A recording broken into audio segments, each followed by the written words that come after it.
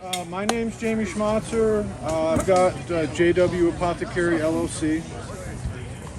So, before we begin, has anyone here made a tincture before? 4 or 5 people, 6 people, 7. So, almost half of you have made tinctures before. How many of you use the folk method? Does everyone know what the folk method? Fill the mason jar halfway with the dry herb, fill it the rest of the way with usually 100 proof vodka. Done. Has anybody done it that way? Right? So if you're going to make elderberry tincture, got a mason jar, fill it halfway with dried elderberries. It's different if you use taking the stems off or just the leaves? The berries. Okay. Okay? Fill it halfway, dried elderberries, fill it the rest of the way with 100 proof vodka. There you go. That's the folk method. It's a very crude method. It's an easy method, but there's certain cases where that's a terrible method. So I want to tell you up front what the goal for me of this class is, so that you know up front where I'm going, and then after I'm done, we'll just talk about whatever. Is that fair? Okay. I have 2 books here. I did not write them. I am recommending them. Okay. My #1 recommended book, if you're interested in making plant medicine, is called Making Plant Medicine. Rico Check. This is a great book. Okay. If you're interested and you want to help me out, go to my website, jwapothecary.com. There's links in there. Go to YouTube. I have a video talking about this book. I actually have a video talking about all of the content that is my goal for this class. So you don't need to take notes, just watch the YouTube video, it's all going to be there. The second book is called The Modern Herbal Dispensatory, a medicine making guide. This is a collaboration between Thomas Easley and Stephen Horn. They're both goofballs, but the information is solid. Why am I recommending 2 books? You want a second opinion. So when I go to the oracle, I go to 2 oracles, right? Sources of information. These books contain a lot of the same information, but there's overlap, but there's also some stuff in this book that's not in this one and vice versa. I recommend buying both. There may be better books out there. These are the 2 that I know and can recommend. Fair enough? Okay. Part of the goal for the class is so that if you were to buy either one of these books, I'm not selling them here or nothing. If you want to use my Amazon affiliate link, I'll make a quarter. But how do you read these books? Can you look at the recipe and know what it means? The goal for my class is to teach you how to understand tincture ratios in a matter of solubility, so that when you're looking at these books, you understand and you know immediately what a recipe is and why. Any questions at this point? You understand what I'm saying? Good. Okay. So, let me talk about the folk method just for a moment, because then we're going to move on. Folk method was half the dried herb, 100% vodka, and the full mason jar, right? What's nice about that is it's simple. Fill the jar halfway, fill it the whole way with 100 proof vodka, let it, shake it every day for 8 weeks, strain it out, you're good. But why isn't that necessarily the best method? Replication. Replication, okay, what do you mean by replication? So you get the same amount, the same every time, so you have the same dosage. Consistency, okay. So if you're making your elderberry tincture every time by making half and then 100% vodka, that's pretty consistent. But what if you're doing different herbs? Is that ratio the best? Maybe not. I would say the potency level might be different too. The potency level might be different, but also I want you to understand something about solubility, okay? Do you all understand what I mean by solubility? Does anybody not? How well the herb absorb. Kind of the opposite. It's how well the liquid can extract from the herb. Okay. Right? Okay, is everybody with me? What you're trying to do is extract the medicinal constituents of the plant into the liquid. Now we're going to use a fancy word, menstruum. M-E-N-S-T-R-U-U-M. Menstruum. That's the liquid. But what the liquid is important. When I talked about doing a folk method of elderberry tincture, I said use 100 proof vodka. Why? It depends on what you're using the tincture for. What is 100 proof vodka essentially? Half alcohol, half water. Correct. We call vodka alcohol. It's 100% is half water, right? We need to understand the proof because different herbs extract in a more water soluble or a more alcohol. Different herbs are more water or alcohol soluble. So the proof met. Why is it a folk method to use 100 proof? Because it's half and half. If it's water soluble, it'll extract that. If it's alcohol soluble, it'll extract that. 100 proof is safe, 50-50. It'll extract both water and alcohol soluble plant constituents, right? But what if you're dealing with an herb, a plant, a resin that is not water soluble at all? Myrrh is not pine sap. Not water soluble at all. Do you want to use 100 proof vodka? What would you rather want to use? Everclear. 195 proof Everclear. I'm sorry, it's 190 proof, which is 95% alcohol. The 5% water is there so that the alcohol doesn't just evaporate off. It's to make it more stable. Okay? So if you're going to make a tincture out of myrrh, wait a minute, how do you know if myrrh is water soluble or alcohol soluble? You buy these two books and you look up myrrh, right? So I'm going to look in this book. I'm at the M. Myrrh is not in this book. MY would be the page right before the N, and myrrh is not there. Check the other book. Check the other book, right? Okay? So that's where you get the information about what menstruum, what's the word menstruum mean? It's the liquid. What menstruum do I use? We're asking the question, what proof alcohol are we using?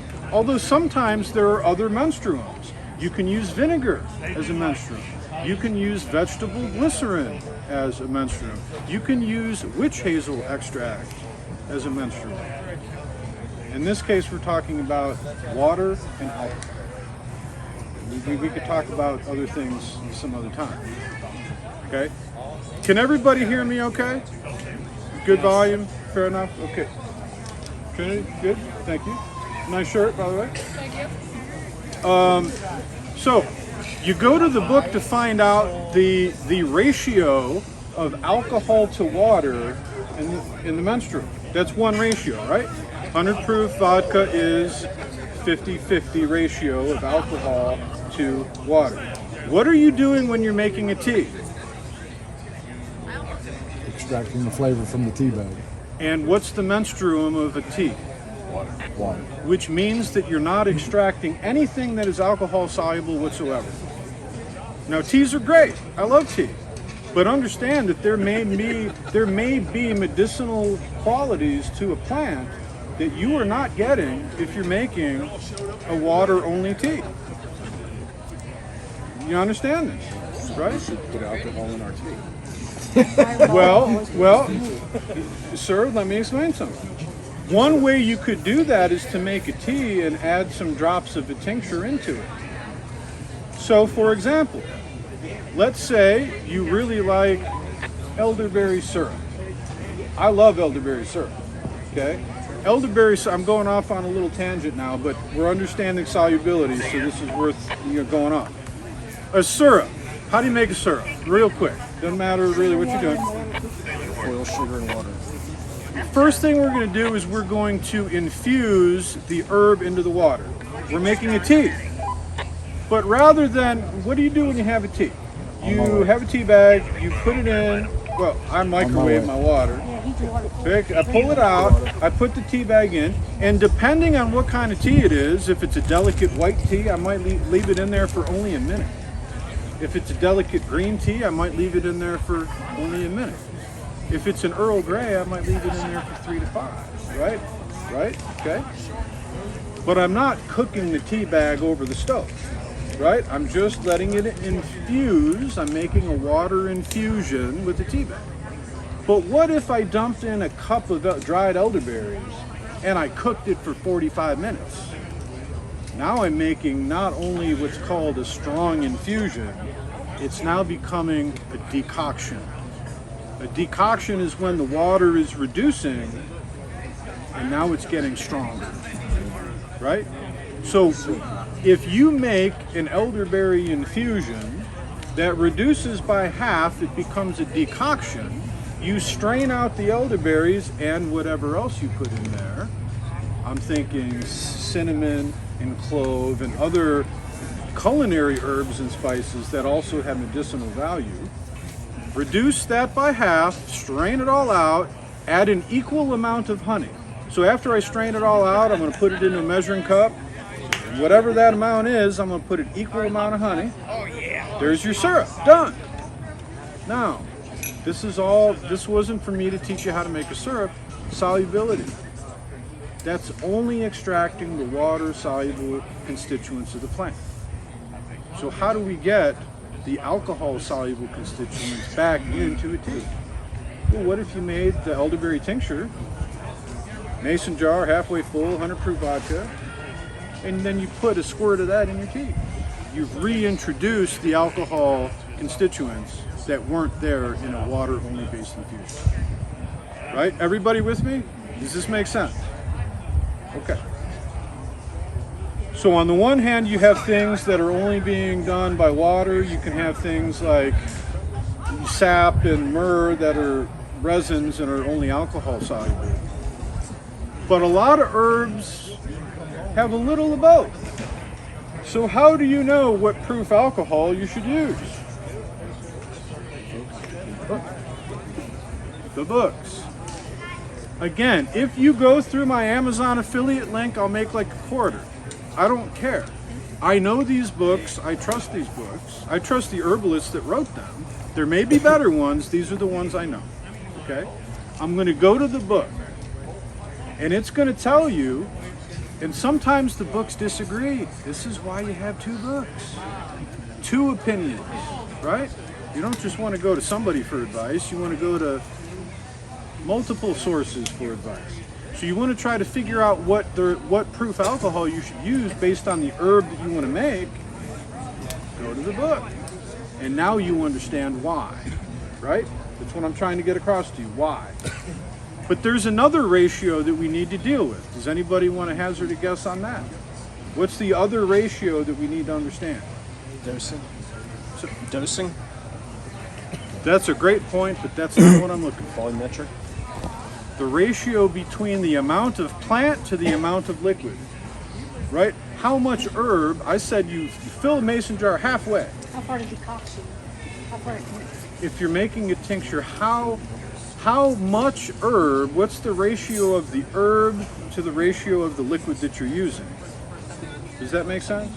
Do I use only this much herb in the mason jar, or do I use that much herb in the mason jar? You understand what I'm saying? Okay. Well, the book's going to tell you that too. Okay. There are some herbs. Let me tell you why this is important. Has anybody heard of the herb lobelia? Lobelia? Yeah? Read out. Yes. Yes. Lobelia is an herb that was used much more commonly 150 years ago than it is now. If you take too much of it, lobelia will let you know. It will let you know because you're going to puke up what you took. It will let you know. Dude, you took too much. That's what I call a low dose botanical. I don't want to make it super strong.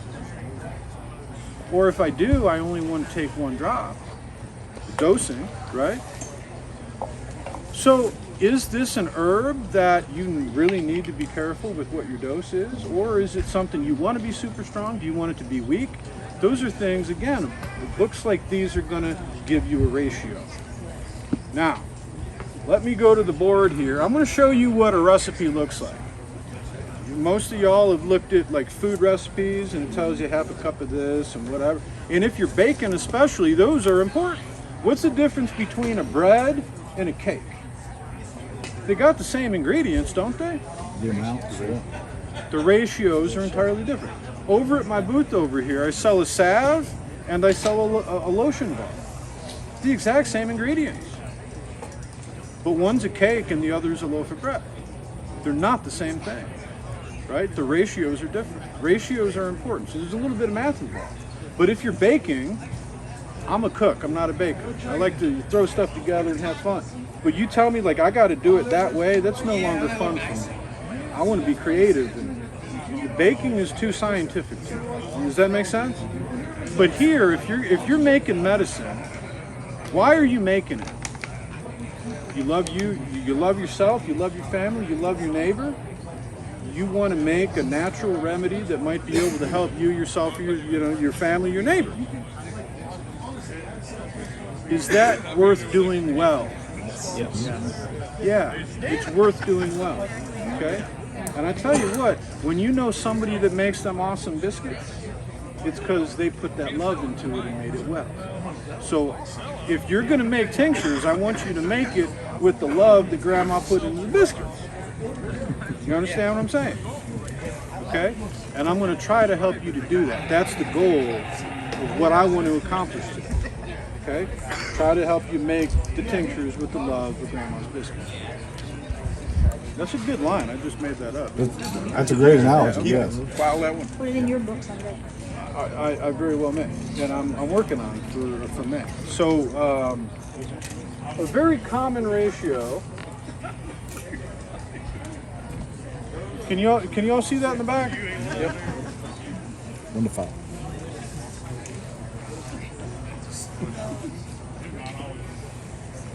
It says 1 to 5, 50A.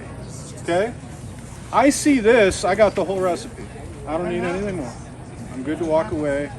I understand it. This is the bread recipe. Okay? Does this mean a damn thing to any of y'all? Yeah? 50% alcohol. What's a 1 to this? 5 ratio. Of what? Matter to Herb to alcohol. But it's not just alcohol. It's 50% alcohol. The liquid. Or, yeah. The liquid, because it could be water. The menstruum, right. Yes. Menstruum. So this is the herb. This is the menstruum. Right? Now here's the thing. Is this by volume or weight? Thank you. Yes, exactly. This is what I was going. This is herbs by weight and menstruum by volume. Okay? It works. Trust it. I was talking to my dad about this the other day when I was making the bacon balm lip balm. Your bacon lip balms. Actually, wax is the same weight as it does volume, which is kind of interesting. But with the herbs, it just works. So you do, let's say I'm going to do ounces. There's gram people. I'm an ounce people. You do whatever you want. Because it doesn't matter. Whatever unit you're using. I'm using 1 ounce of herb by weight to 5 ounces of menstruum by volume. And the menstruum equals that, which means 50% water. If a recipe, if you open one of those books and it says 50A, it is implied, if it doesn't indicate otherwise, it is implied that it's 50% water, which would be 100 proof, right? Okay, done. Now, what if that said 1 to 4, 80A? Now you know what that means. 1 ounce of herb by weight to 4 ounces of menstruum by volume. And if it says 80A, what proof is that? 160. Which means that it is 20% water. right? Now, I want to put some exceptions on here, or some, not exceptions, but things that occur every once in a while. It says 50A. It might say 10G. That's vegetable glycerin. It might say 10ACD, apple cider vinegar. Okay? So there are occasions where we're going beyond just the alcohol and water. The recipe will tell you. Usually it's a smaller percentage of one of these two. Okay? Now again, my goal of the class is, if you're interested in actually making plant medicine, Rico Check makes a wonderful book called Making Plant Medicine, right? But you open it up and it's got, sir, do you see that right there? It says 1 to 2, 100A. What does it say? Tincture of fresh herb. Now underneath it, it says tincture of dry herb, 1 to 4, 75A. Why would it be different if it's wet or dry? Because of the amount of fluid in the Because there's herb. water in the herb. This book is going to tell you whether or not it's better to make it wet or dry. It's going to tell you the ratios if you're making it wet or dry. And I just showed you that, and you know what it means, right? You didn't have to read the rest of the book to figure out how to read 1 to 2, 100A.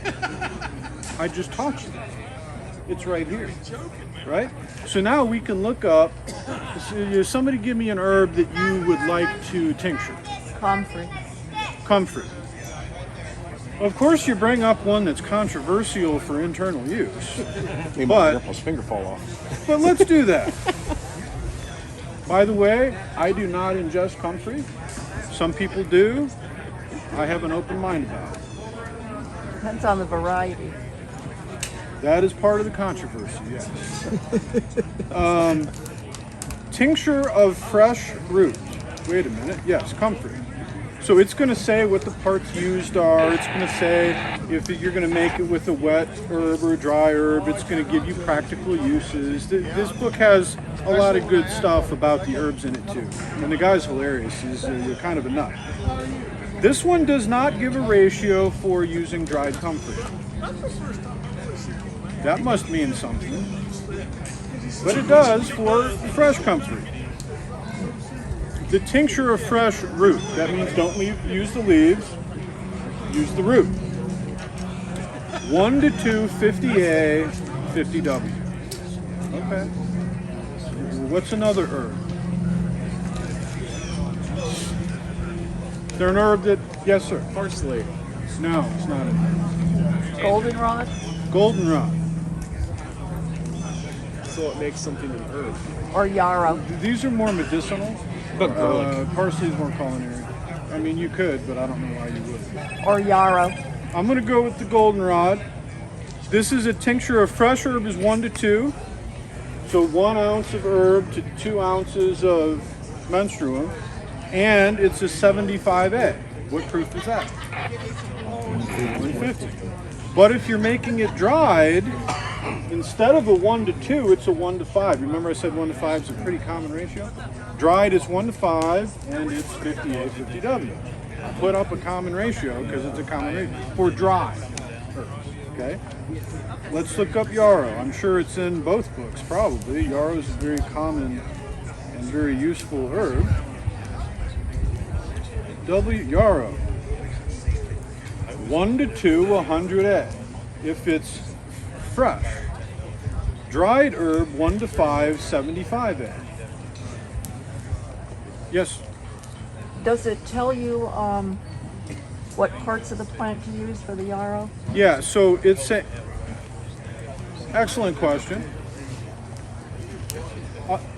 Here it says yarrow, it has the Latin name, and the very first section right underneath is parts used. See that? Right where my finger is? Flowers and whole Yeah. area parts harvested in flowering stage, Right. which is important too. So when you buy this book, if you buy this book, see the first thing, it says parts used. Excellent question, and it's right there, right? So that's, this is my favorite herb book of the two. You got it here? This is my favorite herb. That's not a word, but I'm going to use it. I like making up words. But that book I have as a backup. Because again, some herbs are in that one, some are in this one. But you know how to read both now. This is how you read that recipe. Okay? And you understand why. Right? Some herbs are really strong and you want to make them more diluted, like the lobelia, because it'll let you know you'll be puking. That I do. You know what? Let's see if lobelia's in here. This might be a good example. Lobelia.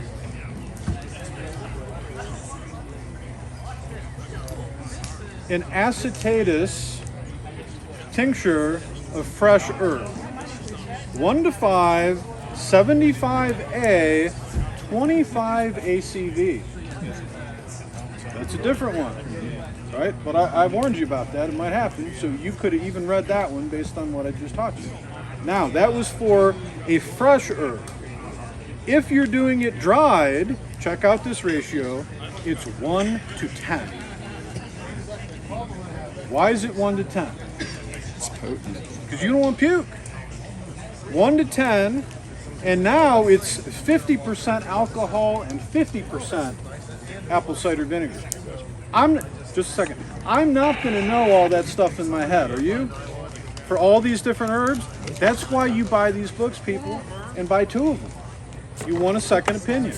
Buy the books, it'll have the information. An herbalist doesn't have to know about every herb and what they look like and how to make everything and what all the ratios are.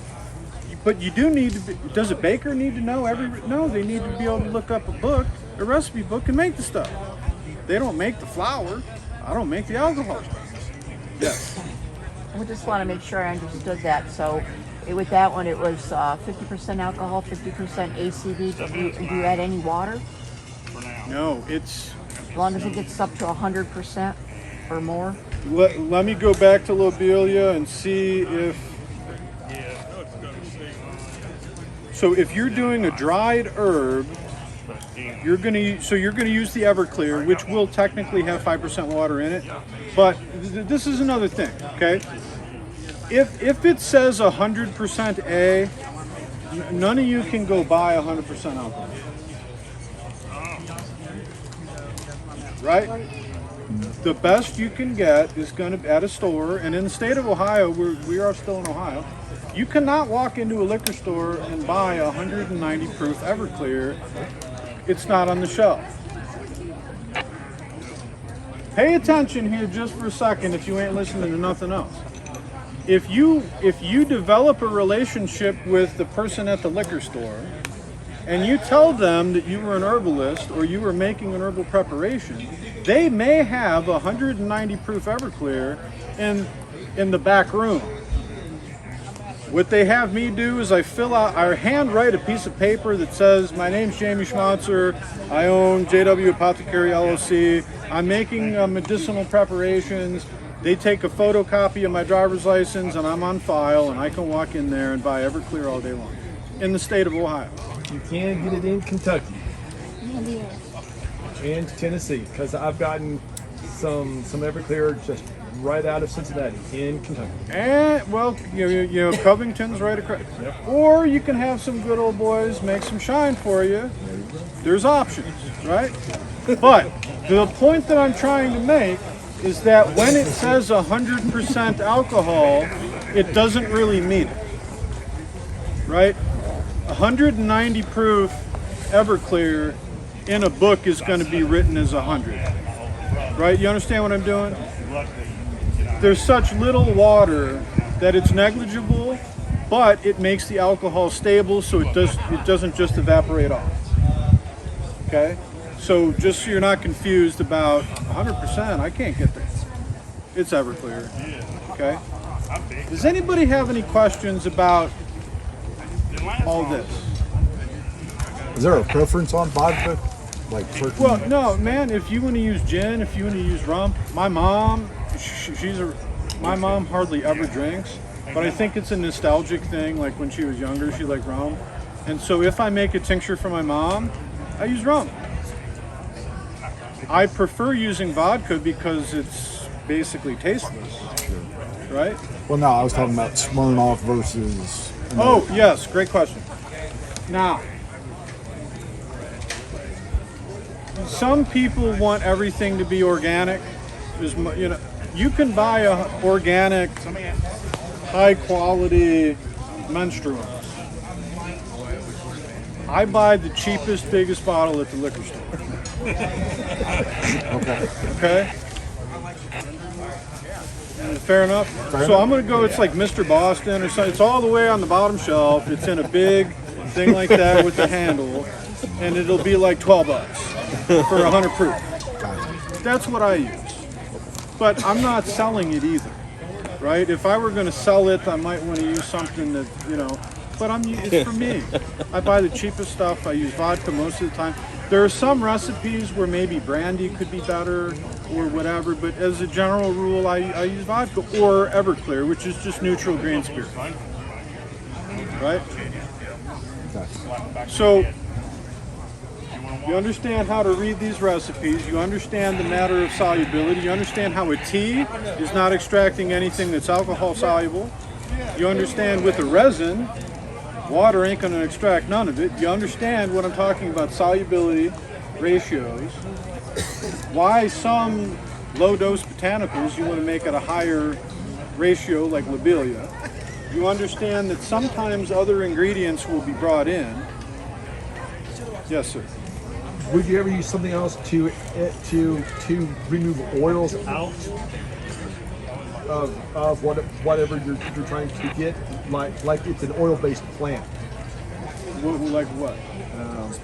If you want to infuse oils? No. To get an oil-soluble substance out. To extract then you the infuse volatiles. Right. Okay, so Like cinnamon or cloves, because that taste comes from an oil. yeah, so I put them in the 100 proof. Usually will pull that out. Gotcha. Okay. So when I make an elderberry tincture, and I do the folk method, I'm gonna throw some cinnamon sticks in there. I don't, it's my you throw whatever I got in there. Throw some cloves in there, and it works. Okay. But I also, and if I'm making a syrup, if I'm making elderberry syrup, I'm going to put cinnamon. I actually use cinnamon chips because there's more surface area, and I'll use cloves.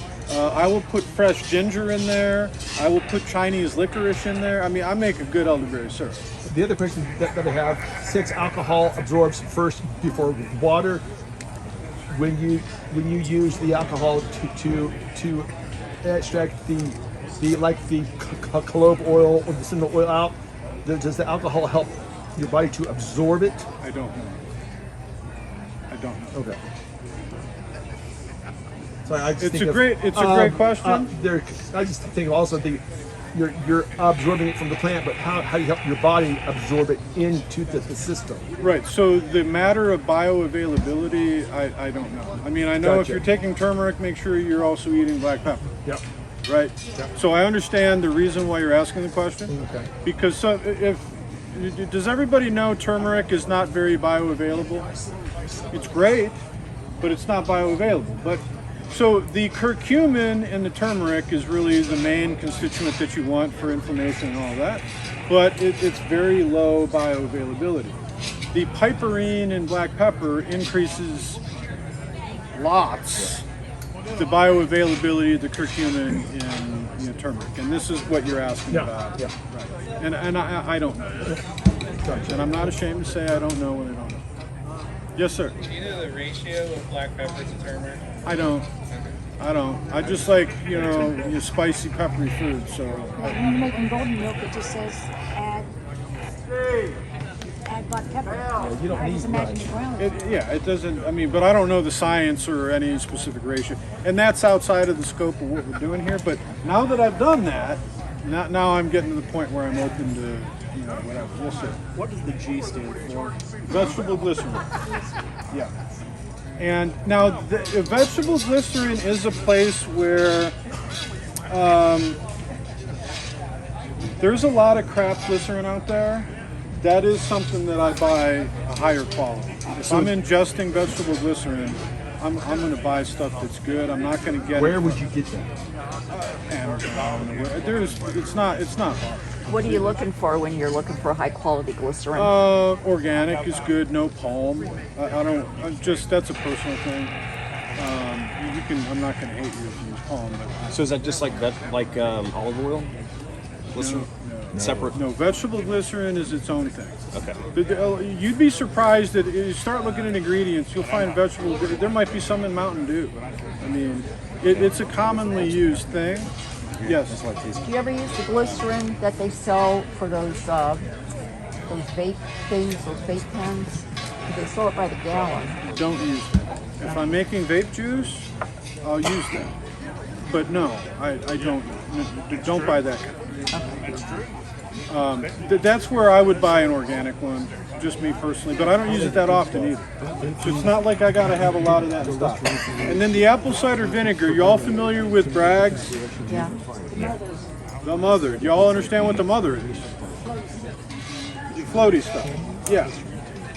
So don't buy, like, there's a reason why it's apple cider vinegar too instead of white vinegar. Yeah, I mean apple cider is good for you anyway. But some extracts become more potent or maybe even more bioavailable. I don't know. That may be a part of the issue with that too. Yes, sir. I had to step away, but you may have already covered this, but if not, then so be it. So when you were talking about the folk method of 1-to-1, you had also mentioned wait 8 weeks and then strain and so on. Is there a time factor for any of this that factors into your formula? You know, most of the time the general rule is, and I'm going to say very generously, at least, I have tinctures that are going 3-4 years now. They're fine. If I don't need it, why not just leave the herbs in there? And if I do need it, maybe I just need it because I'm sick for a week and I've got a half-gallon mason-sized jar of a tincture. I'll use a pipette, take out what I need, leave the rest of it in there for years. Is there any that might be a shorter time period? Well, Is there like a minimum? I'm saying 8 is my minimum, and that's like, that to me is. Now, there's also another method of making tinctures that I'm not covering here whatsoever. However, if you're interested, this guy Thomas Easley, who co-wrote this book, he's got a video on. Oh crap! I forgot. He like puts together like it's called the percolation method. If you go to YouTube and you look up Thomas Easley percolation method, and he talks a little funny, he's got an awesome beard, he's a cool dude, but he's kind of quirky. I'm just letting you know up front. It's a way of making a tincture in like a day. You don't have to wait 8 weeks, and you can make it even stronger. You could do 1-to-1 ratios, which you really can't do in mason jar. But it's basically doing like a coffee percolate where it's going through, sifting through the herbs and dropping with the, you got to adjust the dropper thing, and I don't do that. But there are ways, those are more advanced ways. I'm trying to make things really simple. Right. No, right? Yeah. Just ask. Yeah. No, it's great. Let me get him first. So in that book, you looked up the herbs. Does it also have any mix in there based on your element? Yes. What you use? Yes, they do. Yeah, it does. This book also talks about how to make salves and elderberry syrup, and it's not just about making plant medicine. It'll talk about making poultices and compresses and all of that. I'm just using this because it also has the sort of materia medica where you can look up those herbs. That's the real goal here for me. Now, with most of these, I take it they have a very long shelf life because they have such a high alcohol content. That's the whole with point. them, so they're not going to go bad. No. So you want to make sure that the herb is under the menstruum. Right. Otherwise, that could happen. But years and years, and then the shelf life. Can a tincture lose its potency? Yes. Time can degrade. Light can degrade. Heat can degrade. So you keep a tincture in a cool, dry place, and you make sure that the herb is submerged, and you're fine. Okay. Yes, sir. Do you do double tincturing? I know you can take your tincture and then throw the herb back in fresh. Yes. Tincture and So let me talk about that. That's a great, awesome. So I call this a double maceration. Okay. Now normally I do that when I'm infusing oils. Not so much with tinctures. But here's the idea. Does anybody know what Arnica is? You heard of Arnica? Arnica.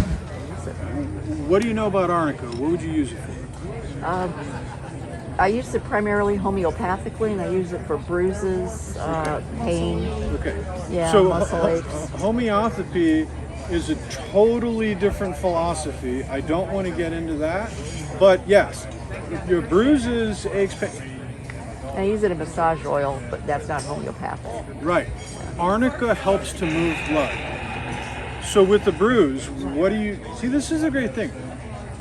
I don't want to sound like a loon and say that herbs have a brain and like know things, So it's a blood thinner. but herbs kind of know things. Okay. Arnica. If you have a bruise, what do you want the blood to do? Move gently. Right. What if you're massaging someone? You want more blood flow to the area. The Arnica knows what it needs to do. I know that sounds kind of crazy, and I don't want to be some crazy hippie or new agey, whatever. I'm just being honest. Okay. But It's true, though. But there's have something an true to affinity. what I'm saying. Yeah. The herb knows, does the blood need to come or does it need to go? And there's a song in there. Should I stay or should I go? Okay, thank you. Another Yes. good question, is Arnica a blood thinner? Is that what makes it move? Arnica is not for internal use, except, look, Arnica is a poison. Okay, the whole point of homeopathy, I'm going to give you. I don't do homeopathy, but just the nutshell version so you understand. Part of the principle of homeopathy is that you take such an incredibly diluted amount of an herb that really it's not doing anything except one thing. And I'm probably somebody that's into homeopathy is going to tell me all of these ways I'm wrong. The one thing that it does do is it triggers your body to, oh, I know what that is, I need to react. And it only takes that much, like a millionth of a part, but your body knows it's that, oh, I need to react, right? That's a nutshell version. Yeah, it stimulates Fair. the healing. Now, is the Arnica itself doing a damn thing medicinally? No, it's just triggering something in the body to respond a certain way. What I'm talking about is using the potency of the herb as the herb, and in that case, it's external use only. Okay, except diluted, right? Yeah. And that's actually the only one I ever buy is Arnica as a homeopathic, little blue pill or whatever. But I'm sorry, what was your question? Blood thinner. Yeah, Is it a blood thinner? Yeah. Externally, I was just wondering how it got the bruising to move. It because it's magic, man. This is the thing. Yeah, truly. No. I want you to understand, because now we're getting into other things. Let me check the time, how much I got. This is our class. I got a little bit of time. Here's the thing.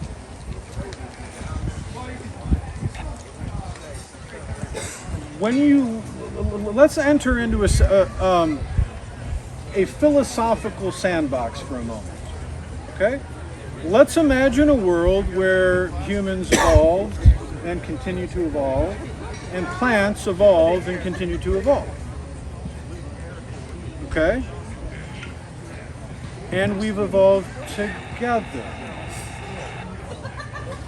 Let's use an example. What's man's best friend? Dog. Dog. Humankind has evolved with dogkind. Is that a fair statement? Okay. And as that has happened, certain things have evolved because of that symbiotic relationship. So for example, if I point to a goat to go that way, is the goat going to go that way? Doubtful. But a dog will. A dog will. Because a dog, and I'm not talking about you've trained a dog to do that. Here's another example. I've never owned a dog, ever. I don't even like using the word own for another thing. But anyway, they've done a study where they've taken people who have really never been around dogs, who've never owned dogs, don't hang out with dogs, and they played into earphones, can't see the dog, played into earphones, various dogs making various noises. You can tell when a dog is hurt. You don't have to even own a dog, but you know as a human being, you know. You can hear if a dog is happy. Right? You follow what I'm saying? Right? There's something in that relationship between humankind and dogkind, if you will. I'm using that as an analogy. We have relationships with plants.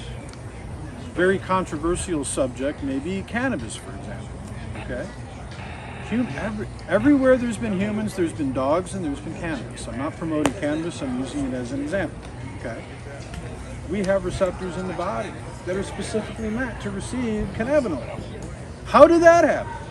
Because we've evolved with plants. Use that as an example, as an herb that you can tell you've used immediately. A lot of herbs, you'll never know that they're doing anything, but we've evolved with them. Our bodies know what to do with them. This is why if you take too much lobelia, your body's going to spit it out, right? And so when I talk about an herb just knows what to do you understand how your body works or how your brain works? I sure don't. This is all a mystery to me, right? I mean, right? Does that make sense? I know I'm getting a little philosophical here. But the relationships between herbs and humans, the herbs and our bodies collectively have a relationship. And again, I don't want to sound like I'm crazy or whatever, but there's some truth into what I'm saying. That our bodies know what to do with herbs. And we have cultivated herbs like we have changed dogs to the point where they can't live in the wild anymore. We have bred them for different uses. Herbs have been naturally selected, unnaturally selected too, right? The valuable herb we keep, and what do we do with the rest? We weed it out, right? Well, now we know that we can, not right here, but we can walk around and we can find plantain all over through here. And some people are going to call it what? A weed, right? And so what happens when you weed stuff out? That's unnatural selection, right?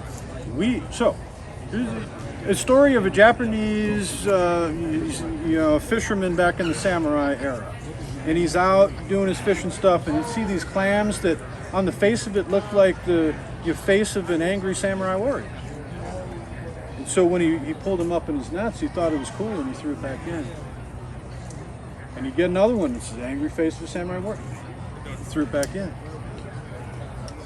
He was selecting it to go back. He's weeding out the other ones, putting the other ones back. So now there's some place off of Japan where there's this proliferation of these shells or whatever that look like the angry face of a samurai warrior. We've done the same things with plants, right? We have learned, well, sadly, most of it's happened. As a society, as a culture, we have lost so much of it. But let me tell you something. Are there any doctors here? Medical doctors? Nurses? Okay. I don't want to offend anybody, but so-called modern medicine is in its infancy. What, it's like 100 years old? Penicillin and stuff? Right? It's in its infancy, okay? Have you ever watched the original Star Trek, and there's the one where they like go back in time or whatever, and Bones is on Earth, and he's just calling them savages. The doctors are savages. Well, he's talking about, our century, last century. Savages. So if so-called medicine is in its infancy, we got to have all these clinical trials. Herbs have had clinical trials since the dawn of time. We've had relationships with plants. We've been using them. We've been eating them. We've been figuring it out. Now, are they double-blind placebo? No. But we have the wisdom of the ages. And some of these guys are giants when it comes to them. They're trying to teach people like us, hey, man, there's stuff to learn, and we're going to forget, right? Why are some of the kids in that Japanese village, they still love samurai? Why? Because somebody threw them shells back, right? And that tradition has continued. You see one of them, you throw it back in, right? How many of y'all know a handful of herbs? Back in the day, the medicine man or the medicine woman would have known hundreds upon hundreds upon hundreds. This is becoming lost, right? This is why we're doing it. And my part in this, hopefully, was just to help explain something. The reason why I like tinctures is because they have the long shelf life, right? This is something you can make. You can set it aside until you need it. It ain't going to go bad. But it's a way of having a relationship with the herb. Getting to know it, trying it, tasting it. Some herbs, I think, taste terrible. Some herbs I think taste wonderful, but I'm getting to know the herb and what it does for me. And by doing this, I'm also able to learn and share. I didn't tell you anything here that is like some super fancy, mind-blowing. This is basic stuff and the books teach you how to do it. Okay? But here's the thing. If you know all of the basics on how to make a fire, do you need to be advanced? No. Right? If you master the basics of most things, you're good. Now, you can pursue, higher levels of whatever. You can do hand drills but you know what? If you know how to use a lighter really good, you're good. Right? Now, I'm not joking, right? I mean, learn how to use a match. A stormproof match is even better than a lighter because it's not going to go out in the wind. Right? Master using a match. Right? So all I'm trying to do is, I'm not some master. I just know a couple things and I know how to explain them a little, and I'm just trying to share so that you can go home and remember. I need to remember what I said earlier about the love that Grandma put in her biscuits. If you're gonna take the steps and make the effort to make plant medicine, try to do it as well as you can. And so hopefully I've helped you do that. I encourage you to buy the books. Any questions? What kind of herbs do you grow? Not many. I buy a lot of them online. But I do, a lot of lavender, mint. Do you forage mostly? I do a little, not a whole lot. Up until recently, I was living in an apartment. So that's the other thing, is that a lot of these you can buy online. You don't have to forage, you don't have to grow, right? However you get it, you get it. But now you know how to use it. And that's more my thing. However you got it, now what do you do with it? How do you actually make something? If I were coming up, actually, we hired this lady to build a medicinal herb garden, and she kind of flaked out, and we never got. But I had a list of 20 things that I wanted in there. What do you want? Just off the top of your head, what did you want? So definitely lavender. I wanted a patch of plantain, so I didn't have to go just wandering around finding it. I wanted an actual plantain patch. We've got the echinacea, but I wanted two different kinds of echinacea. I wanted echinacea angustifolia for the root. I wanted echinacea purpurea for the flowers and leaves. I wanted to try arnica. I don't think it'll grow well. I wanted to try osha root, one of my favorite herbs actually. It tastes like a peppery celery. It's really quite like it. See, here's the thing. Do you know what many of you know what chaga is? Okay, chaga mushroom, and it's medicinally potent and all that, right? Good fire starter too. It's that too. But down south here, chaga doesn't really grow. It grows way up north on the birch trees. Now here's the little thing. If you grow the same herb or plant, tree, whatever, bush, in different places around the world, they will not all make potent medicinal plants. Chaga needs the struggle of being up in the cold. It's a parasite on the birch tree. There's this whole thing going on, right? Some of the best oregano in the world is grown in the Mediterranean, not just in the Mediterranean, but on hills at elevation, where the wind is coming off and there's a struggle of altitude, and right, okay? So sometimes, just like when somebody works out, the struggle, they get stronger. Sometimes the struggle of the plant to survive in the environment it's in, and I'm only bringing that up because there are some herbs that I would love to grow, but they're not going to be medicinally potent. And in that case, what are you left with? You got to buy it somewhere. Chaparral, I would love to have. This is something that grows in the desert out west. It doesn't grow here, but the stuff is awesome. If you get a wicked cat scratch or a dog bite that you need to disinfect, soaking it in chaparral, it doesn't grow here. I'd love to grow that in my garden, but I got to buy it. So, I don't know, there's more. Lots. What about you?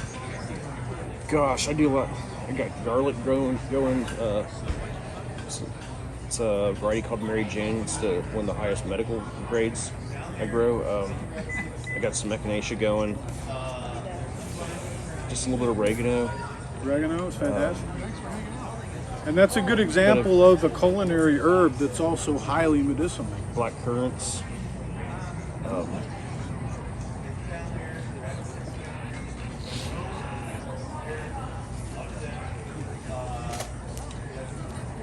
I had some Yarrow going a couple years ago. It froze out. I've got Yarrow going. Actually, comfrey was on high on my list. Comfrey is awesome. Don't like comfrey. Can't kill it fast enough. It spreads by root cuttings.